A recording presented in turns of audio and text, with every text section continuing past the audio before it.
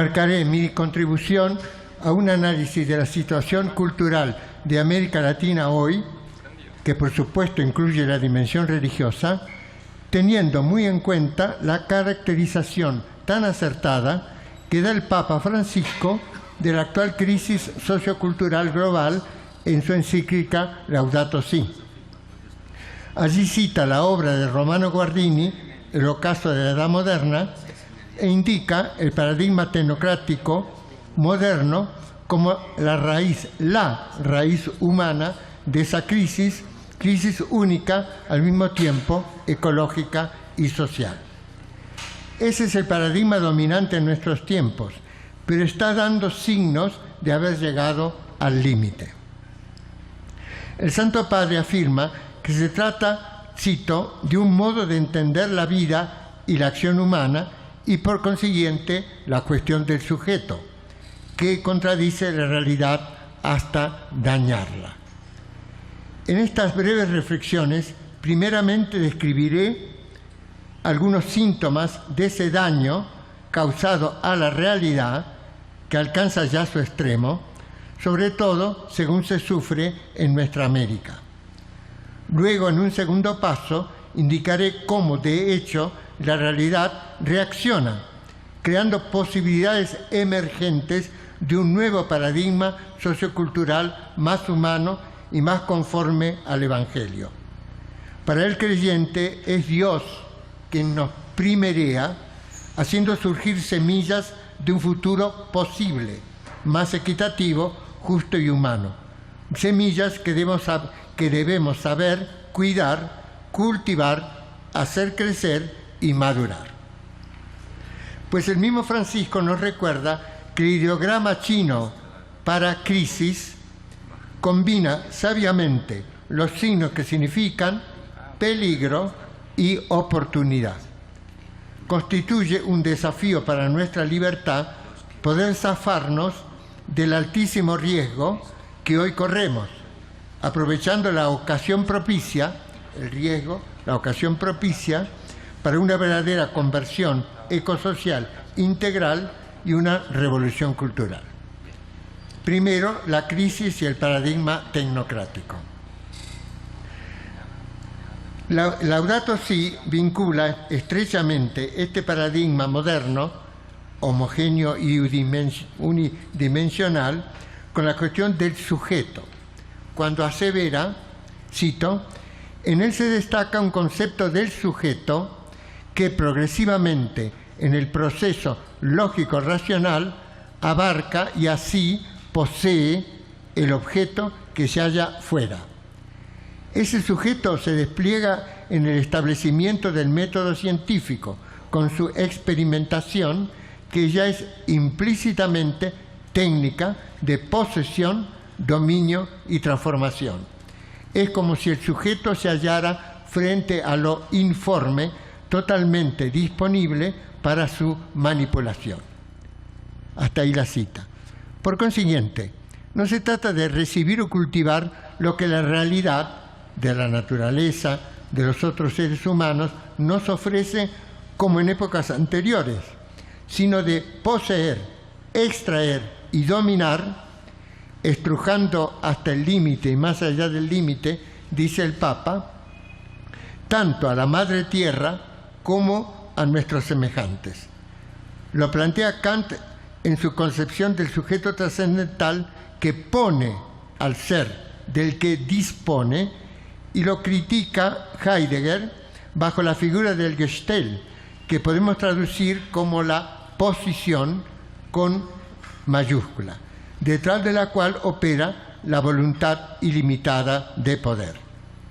Esta lo reduce todo a mero objeto y ha terminado concentrándose, de hecho, en la línea de los intereses de determinados grupos de poder, dice la encíclica, cada vez más reducidos, siendo así que, cito, es tremendamente riesgoso que tanto poder resida en una pequeña parte de la humanidad. Según Francisco, todos los síntomas de la crisis cultural y social se fundan en ese paradigma epocal y en la mentalidad y actitudes socioculturales que le corresponden, las cuales se condensan luego en estructuras e instituciones de pecado. Una de esas actitudes prácticas es la absolutización de la razón instrumental, ya criticada por la Escuela de Frankfurt, que olvida los fines últimos, intrínsecamente éticos, los fundamentos primeros, la racionalidad sapiencial y la razón comunicativa, reduciendo todo, aún los otros seres humanos, a mero medio para alcanzar intereses inmediatos, contradiciendo al Kant de la razón práctica.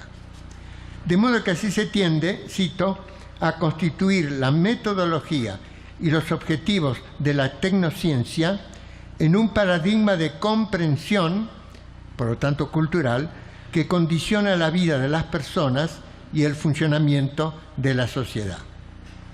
Las consecuencias culturales se muestran actualmente en el individualismo competitivo, el consumismo, el relativismo, la cultura del descarte y la globalización de la indiferencia. En el ámbito específicamente religioso, deriva no pocas veces en un indiferentismo o ateísmo práctico, y aún en el teórico.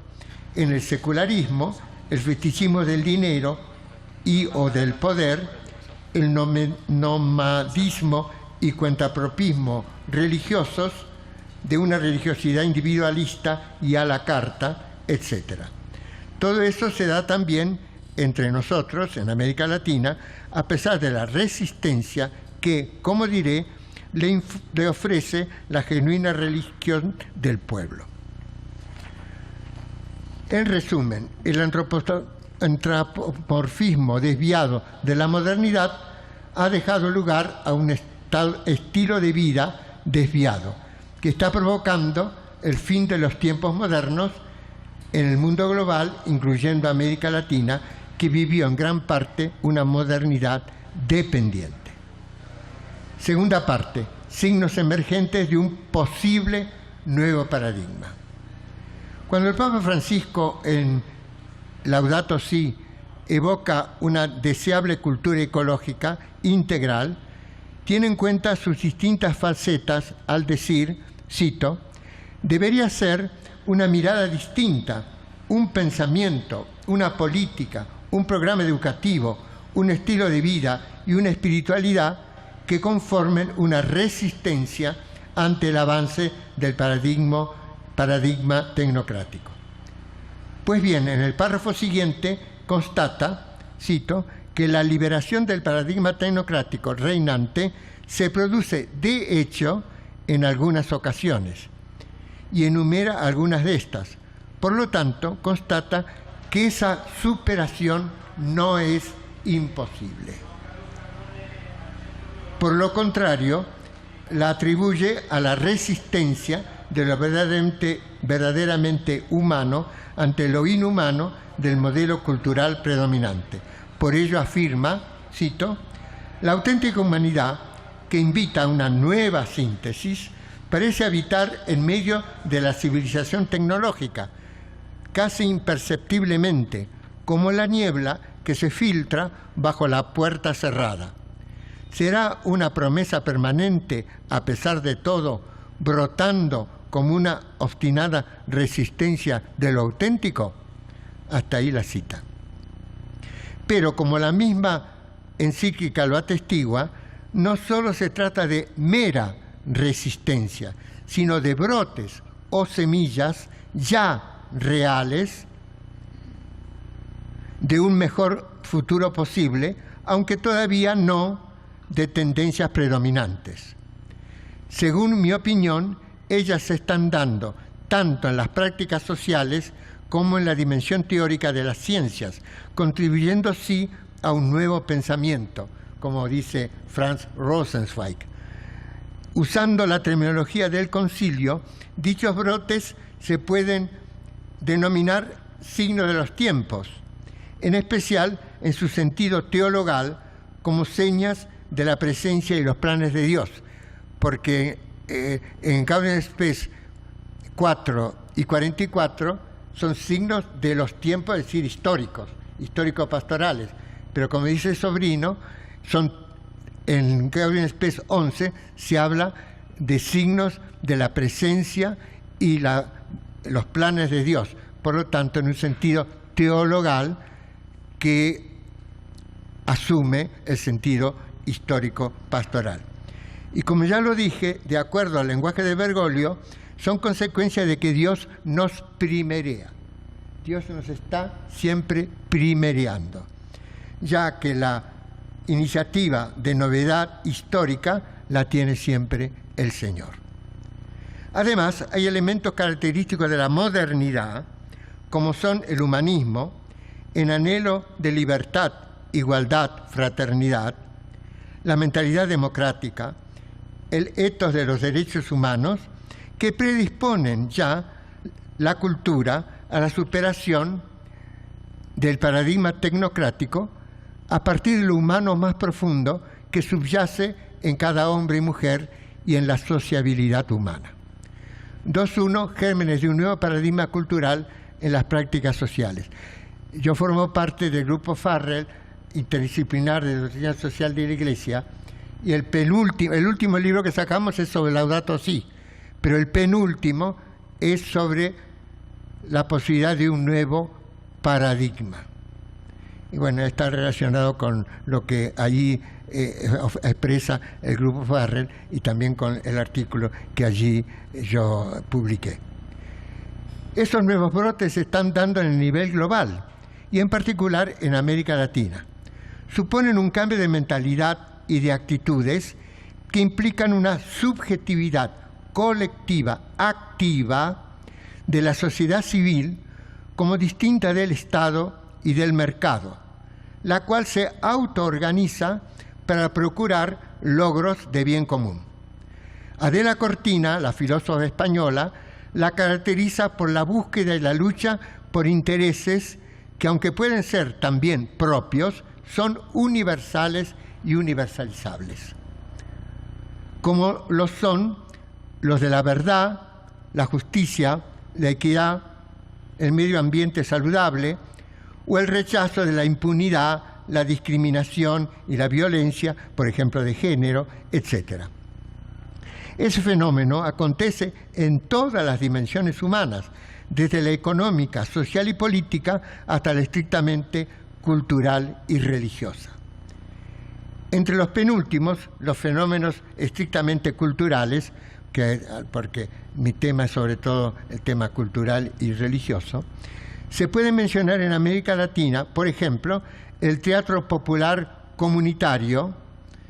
Conozco un libro excelente sobre el teatro popular comunitario en la Argentina y el Uruguay, las peñas folclóricas y obras educativas formales e informales como Fe y Alegría, que comienza donde termina el asfalto.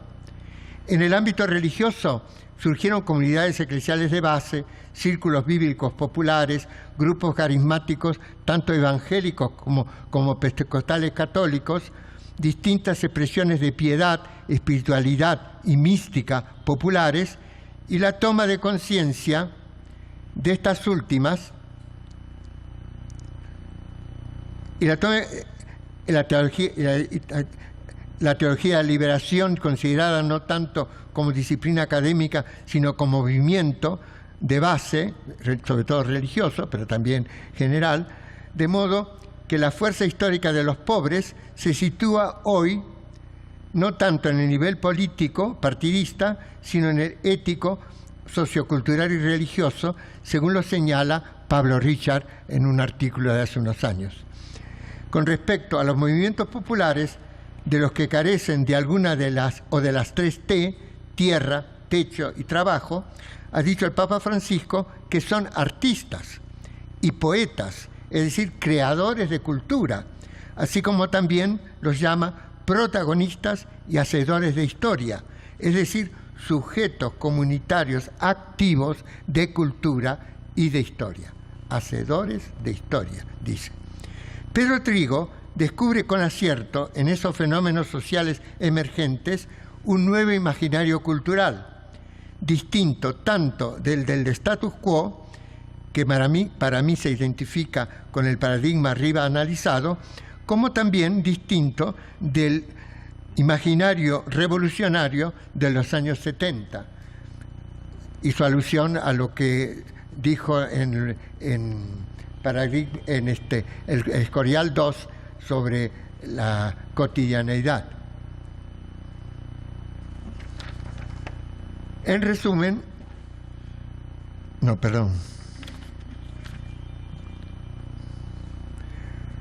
hay analistas que indican que es el fruto, sobre todo en las periferias de las grandes ciudades de América Latina, de un nuevo mestizaje de imaginarios culturales, a saber, del tradicional latinoamericano, del moderno, con sus caracteres positivos, y del postmoderno. Por ejemplo, Seibel hablando del Gran Buenos Aires. En otros escritos he mostrado que ello se manifiesta en todos los niveles de la vida social. Como no me corresponde hablar específicamente de las dimensiones económica y política, me centro en la religiosa, en la cual la religión del pueblo no solo ha resistido, según ya lo dije, en gran parte su disolución, sino que muestra caracteres de una nueva síntesis vital, como las indicadas por el documento de Puebla. Así es como en muchas comunidades eclesiales de base y otros grupos religiosos, tanto católicos como no católicos, la piedad popular tradicional, que según Pedro Rubens sirve de matriz cultural aún a formas no católicas, esa se está mestizando con formas modernas y posmodernas. Entre las modernas se encuentran la interpretación popular de la palabra de Dios escrita, y no solo según la tradición oral. El compromiso social fraterno organizado y autogestionado. El protagonismo de los laicos en las iglesias. Nuevos modos participativos de vivir la autoridad y la conducción de estas, etc. Asimismo, se manifiestan características postmodernas, como son la valorización de la experiencia religiosa sentida y vivida, la relevancia de lo corporal, por ejemplo, las sanaciones, el valor de los gestos, etc. El fuerte protagonismo activo femenino, la apreciación positiva de la inculturación de la fe, inclusive en formas culturales aborígenes y afroamericanas, la importancia dada a lo místico y a lo extraordinario, don de lenguas, milagros, apariciones de la Virgen María, y a lo intercultural, al diálogo interreligioso, como en Asís, etc. Bueno, ya empezamos un poquito más tarde. 2.2. La lógica de la gratuidad en la filosofía y las ciencias. Las prácticas sociales recién mencionadas han tenido como preparación y como consecuencia prácticas teóricas que evidencian un giro hacia el acontecimiento gratuito del don, del giro copernicano antropocéntrico moderno. En filosofía, basta con volver a mencionar la quere, la inflexión heideggeriana, después de la cual, en palabras de Paul Ricoeur, ya no se afirma que es el cogito que pone al ser, sino que es el ser que se da al pensamiento. De modo que el último Heidegger habla del ser y del tiempo como dones. Dicha inflexión culmina en la fenomenología contemporánea, principalmente, aunque no solo, en la francesa, en la cual cunde el giro teológico.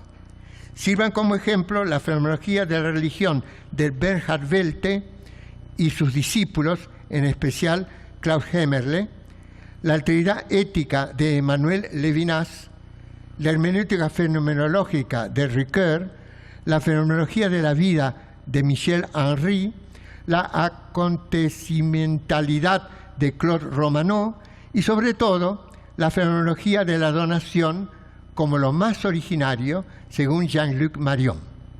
Aún más, también otras corrientes filosóficas convergen de alguna manera con ese giro, como el énfasis en la razón comunicativa, no meramente instrumental, en la Escuela de Frankfurt, Habermas, Appel, Adela Cortina, la acentuación de la dimensión pragmática del lenguaje en la filosofía analítica, el segundo Wittgenstein, John Austin, John Searle, o la opción por los pobres en la filosofía de la liberación latinoamericana, etc.